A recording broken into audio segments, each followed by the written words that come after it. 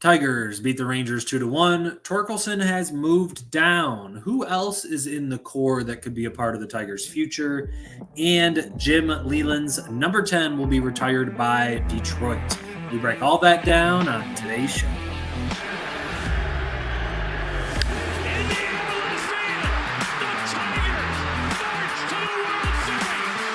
There's the snap. Blitz comes. Mayfield back. Loads. Throws. Picked up by the Lions. Intercepted by the Lions. Intercepted by the Lions. Derek Barnes.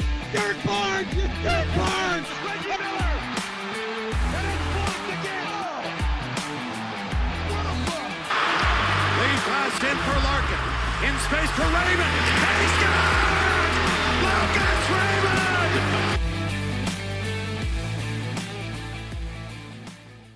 Welcome back to Detroit Sports Talk. Today's date is June 4th. I am your host, Bobby Buckets, and I want to thank you for taking the time to talk some Detroit sports today. Be sure to like the show, subscribe to the channel, comment below your thoughts on today's topics, and reach out to me on Twitter at Bobby Buckets. Updates across the sports world. No hockey yet, no basketball yet. Frankly, the only thing that I have really seen is the drama surrounding Caitlin Clark in the WNBA. It does feel like there's some jealousy with the attention that Caitlin brings to the game. But overall, I think it's just hoops. Let them be competitive. Let the girls compete. I did watch the Chicago Sky Indiana Fever game this weekend. I got to watch the end of that, and that was hype. Crowd was going crazy. Pat McAfee was there. WNBA is in a great spot, man, and it's entertaining. So just let the girls play, frankly. So let's dive into Game 60 of the Tigers this season. First segment today is reacting to last night's Tigers 2-1 win over the Texas Rangers. Your Tigers are now sitting dead even at 500, sitting at 30-30. They are now 9.5 games back from the Cleveland Guardians.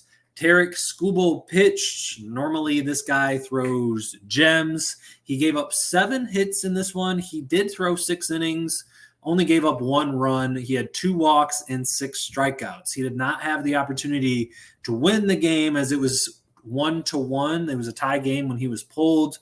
But Bo Brisket gets his first win of the season as he finished the final 3 innings of the game, where he struck out 4 guys and only gave up 1 hit. The Tigers only had 4 hits, so surprise, surprise, it was another lackadaisical offensive output. And this also was the 6th game that the Tigers had ever had 4 hits or less this season, and so I looked it up. They were 1-4 in those games until last night, where they are now 2-4 when they have 4 hits or less. There was also a player who batted last in the lineup who had 2 of those 4 hits and was the savior of the game. They were the 2 biggest hits of the day, and that is Jake Rogers. He had 2 solo home runs for the only 2 runs of the game. Now, Jake has he's been hooping a little bit lately. Since May 2nd, Jake Rogers is hitting 302. So he's above 300 over the last month of baseball. I don't think Jake is ever going to be a 300 hitter, as you hope that he's more of a power hitter. He had 21 home runs last year. Can he be a 20 home run per season guy? Since I think he's probably more a 250 hitter than a 300 hitter, you would prefer he be that 20 home run guy. But the fact that a month is a solid sample size, especially with how many games baseball played. So Jake had himself a night last night. They continue playing the Rangers throughout the rest of the week. So we'll continue to see how those games go. But what are your thoughts on the Tigers' win last night? Let me know in the comments below or over on Twitter. The second topic that we're getting into is what the Tigers core looks like currently and what kind of prospects they have in the minor league. So we're going to use an article from The Athletic from Cody Stavenhagen that he published this morning. And just with your guy, your 1-1 player, Spencer Torkelson, being demoted, who's left over? So ironically enough, Cody starts this off with catcher, so Jake Rogers leads us off. I did not know that he was acquired in the Justin Verlander trade, so he's kind of a homegrown talent.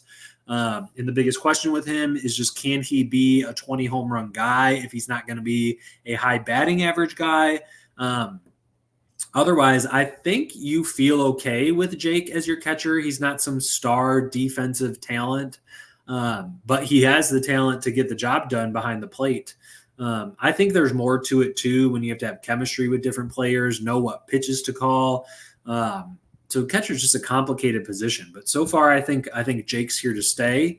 Carson Kelly, he's on an expiring deal. You probably can flip him for assets at the deadline because you've got a guy behind him or in the minors who's a part of the future, and that's going to be Dylan Dingler, the most amazing name ever.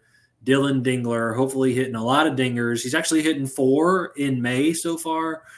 He's had a great May with 4 homers, and he's been hitting .354 in AAA in the month of May. So Dylan Dingler is going to be your future at catcher. Cody also lists Josu Briseno, I believe is how you say his name. Not totally sure. But he's a 19-year-old, so he's probably a couple years away. But he's been batting .306 in low A. So somebody else to keep our eye on for a catcher. Moving on to first base, if it's not going to be Torkelson, who's it going to be? I don't have a clue. Cody seems to not know either. He mentioned the 19-year-old Briseno that we just talked about as a catcher. He mentioned him as first base. He asked if Colt Keith, another infielder, could do it. He also said, why not Kerry Carpenter or Justin Henry Malloy? So I do think the Malloy thing is interesting because the Tigers released a clip on Twitter yesterday before Malloy had his MLB debut, and he was just warming up and he was taking practice scoops as if he was at first base. So maybe that will be a thing moving forward. I'm not totally sure, but your depth at first base, if Torkelson is not your guy, you probably need to find a new guy at first. Second base, you got your guy, Colt Keith. You've got him under team control for the next 8 seasons. He's your guy. Moving on. Shortstop, you don't have a guy. You've got Javi Baez. If he continues to be terrible on both sides of the ball, do you move him this offseason? Cody listed Ryan Kreidler as a potential replacement, and he listed him as a great defender, but he's hit 165 and 91 MLB at bats so far, so not exactly the offensive firepower you're hoping for. He also listed Eddie's Leonard and listed that he's got crazy bat speed, but may not have the defense for shortstop. And then the most reason or where the most hope can come from in terms of the minors is Kevin McGonigal. Provides the most reason for hope, but reports indicate he may be best at second. So maybe our most potential in McGonigal, but if you've already got Colt at second, could Kevin do it at short? Not sure, but I would say first base and shortstop very similar, where I just question the depth at those positions if the current guys are not your guys for the future. Third base, Matt Vierling was listed. He could be a great option for the Tigers, hopefully a part of the future. He's been hot lately. But your guy, the future, the long-term hopeful is going to be Jace Jung. He's hitting .273 with a .380 on-base percentage in Toledo right now. The only unfortunate part is he does have 9 errors in 32 games at third base. So too many errors are occurring for Jace at that level. The hitting seems to be decent. I think you'll live with a .273. Most of all, that .380 approaching .400 on base percentage is pretty good, but he's got to get those errors down. Outfield, another place where I think the Tigers are kind of stacked. You got Kerry Carpenter, who's dealing with that lower back fracture. Hopefully he'll be back soon. He wasn't put on the 60-day yet. Maybe he will be, but we'll see. Riley Green, is he now the guy? Is he if Tork is in the minors and if Tork doesn't work out, I think Riley is your guy who has the best chance at turning into a star. So Riley's here to stay. Parker Meadows, I think we're hoping for because he's a great outfielder. The only unfortunate part was he started the year hitting .096. So just under 100 is what he was batting to start the year. Not exactly what you're looking for on the offensive side of the ball. But Perez was a nice surprise. He's been kind of a bonus during his rookie season, just adding to the depth in the outfield. Cody listed Malloy again as another option here, but the best hope for what he thinks they have in center field is going to be Max Clark. So also 19 years old. He thinks he's maybe 3 years away, but they do have some of those younger guys, those 19-year-olds down in low A who could really make an impact, for Detroit in a couple years. Pitching is another position where they are just stacked. You've got Tarek Skubal under team control through 2026. So Illich, pay Scoobs. If you're not going to pay him, trade him, get some offense in here. Reese Olson, he's been a stud. He's had a better ERA than Skubal. He's just not getting the offense for whatever reason when he pitches. Casey Mize was a guy that we thought was going to be the future. He just hasn't been the same since his Tommy John surgery. So maybe he can be, 80% of what he was supposed to be, but right now he's still working his way back. You got Jack Flaherty, who has been on a tear lately, but he is on a one-year deal. Is this the kind of guy that you flip at the deadline and try to get assets for if you're going to lose him in the offseason? Or is this a guy that you want to extend and keep on your team moving forward? I do not know what the best decision is. If you are going to flip him at the deadline, you do have a guy in the minors who probably will be in the rotation next year, and that is Jackson Jobe. So he is the next man up for the rotation. Cody thinks he's going to be a part of the rotation next year. So maybe if you do move Flaherty, get somebody who's got a nice bat, Jackson Jobe can take his place in the rotation next year. So what do you think are the strengths and weaknesses of the Tigers core? I think the strengths lie in the outfield and the pitching, and their weaknesses lie at first base and shortstop. But let me know what you think in the comments below or over on Twitter. Our final segment is going to be about the legend himself, Old Smokey, Mr. Jim Leyland. The Tigers announced that they're going to retire number 10 on August 3rd to recognize Jim's contributions to the club in the game of baseball. So let's go through the history of Jim Leyland. This was a fun thing for me to do. I learned a lot about Jim as well, a bunch of things that I did not know. So he began his MLB career in 1963. The Tigers signed him as a catcher. He spent 7 seasons as a minor league player in the Tigers organization and was a career .222 hitter. His coaching career began in 1972 when he became a minor league coach for the Tigers.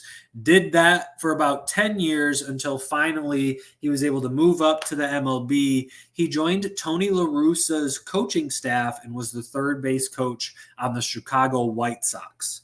A few years later, Leyland was then named the head coach or the manager of the Pittsburgh Pirates in 1985.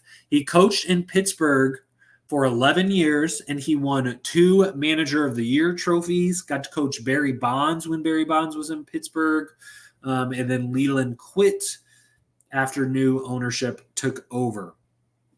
He spent the next 3 years after Pittsburgh with the Marlins and the Rockies. Jim won a World Series with the Marlins in 1998. So even though he was only at Florida for 2 years, went to Colorado for 1 year, he did pull off a World Series with the Marlins in those 2 years that he was there. But after the Rockies, took a break from being a manager. This was, I want to say, like 1999. Took a break from being a manager, and then he was a scout for the Cardinals for several years until 2006, right after the Tigers let go of Alan Trammell as manager. Jim Leyland was hired as his replacement. So Jim got to return to the organization in which he spent the first 18 years of his baseball career.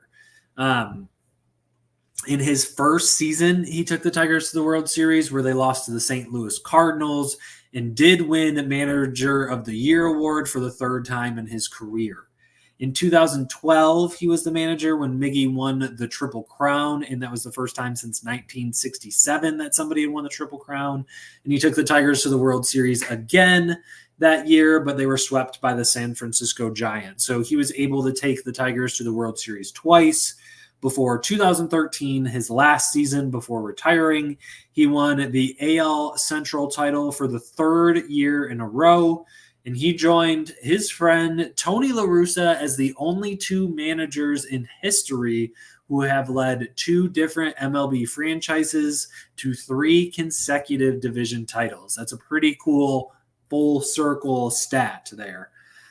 After retiring, Jim was inducted to the Michigan Sports Hall of Fame, located in Detroit, in 2017, and then was elected to the National Baseball Hall of Fame 2024 class last year.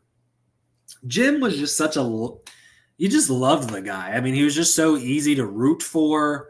And he was just kind of this tough guy, but also I just remember him as being like not afraid to show his emotions at the same time too. I thought there was a cool quote after the announcement came out that the Tigers are going to retire number 10, and that Jim said something like he was wanting to get all of his tears out now before the ceremony, so he didn't have any left for the ceremony. And just something about a tough guy who rips cigs all day, crying. I just love it. I just love everything about Jim. So I think we all need to have a celebratory cigarette this weekend in honor of the man, Jim Leyland. So do you guys have any stories or any memories, anything that you can think about regarding Jim Leyland? I want to hear them. So let me know in the comments below or over on Twitter. And that is it for this episode of Detroit Sports Talk. I want to thank you for taking the time to talk some Detroit sports today. Be sure to like the show, subscribe to the channel, comment below your thoughts on today's topics, and be sure to follow me on Twitter at Bobby Bucket. Thanks again for taking the time to tune in. I'll see you guys on the next episode. Peace.